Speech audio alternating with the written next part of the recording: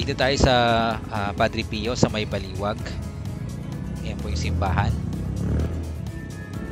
Kaso medyo nakaramdam po ako ng gutom. At meron dito, restaurant, yung Coffee World. So, tingnan natin kung anong mabibili sa loob. Tara, pasukin natin.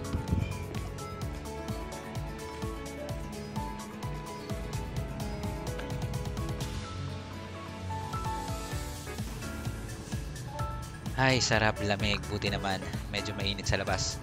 Okay, so maganda yung loob dito. Maliwalas, malamig, relaxing. At ito yung mga pagkain nila. So, meron silang mga cakes.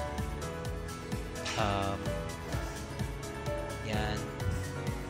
Iba-ibang mga sweets. May fresh drink. May hot drinks din sila, mga coffee. Okay, meron din sila mga pasta. Yan yung mga available sa kanila, guys.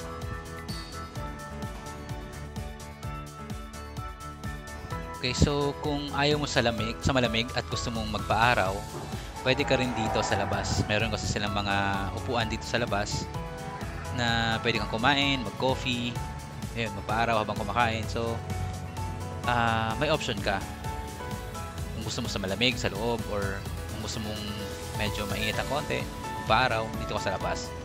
So, ito nga pala ay matatagpuan dito sa sa Padre Pio sa May Baliwag, Bulacan. Mga 5 to 10 minutes lang siya from SM Baliwag.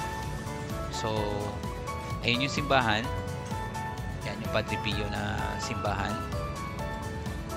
Halimbawa, nagsimba ka at nagutom ka, pwede ka ditong kumain sa May Coffee World.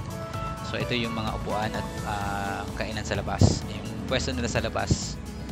Kung nga, gaya sinabi ko, kung ayaw mo sa malamig sa loob, dito ka sa labas. Or kung mainit naman ang panahon at gusto mo sa malamig, pasok ka lang sa loob. Okay?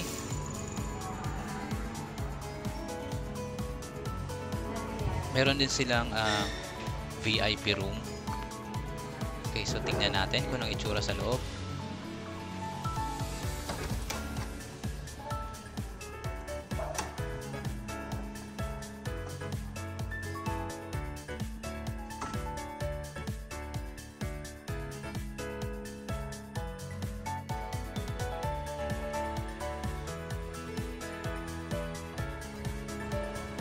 At sa tabi ng Coffee World, meron ding By the Way.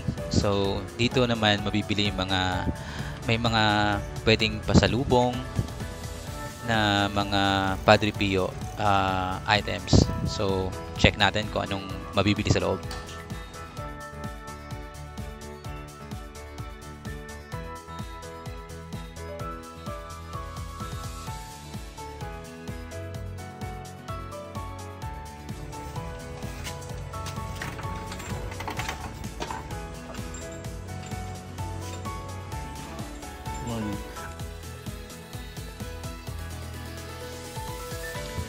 Yung mga bracelet nila tsaka kwintas magaganda naman at ang presyo ay from 100 to around 500.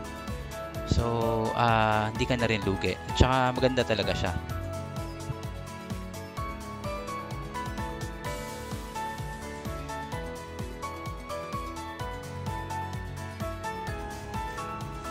Magkano pa yung mga ganitong kwintas po?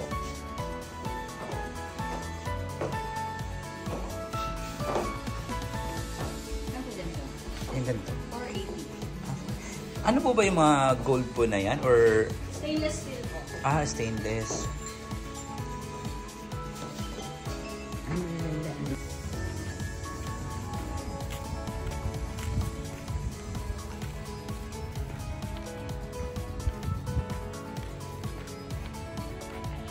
Okay, so ito naman yung papunta sa parking. Tingnan natin. So, dito kami nagparada. Maluwag naman yung parking nila. May guard. Tapos, malawak. So, eto. Wala masyado nag-park. Pero maaliwalas yung parking nila. Medyo mainit nga lang kapag tanghali ka or medyo alas 2, alas 3. Pero maluwag yung parking at maganda.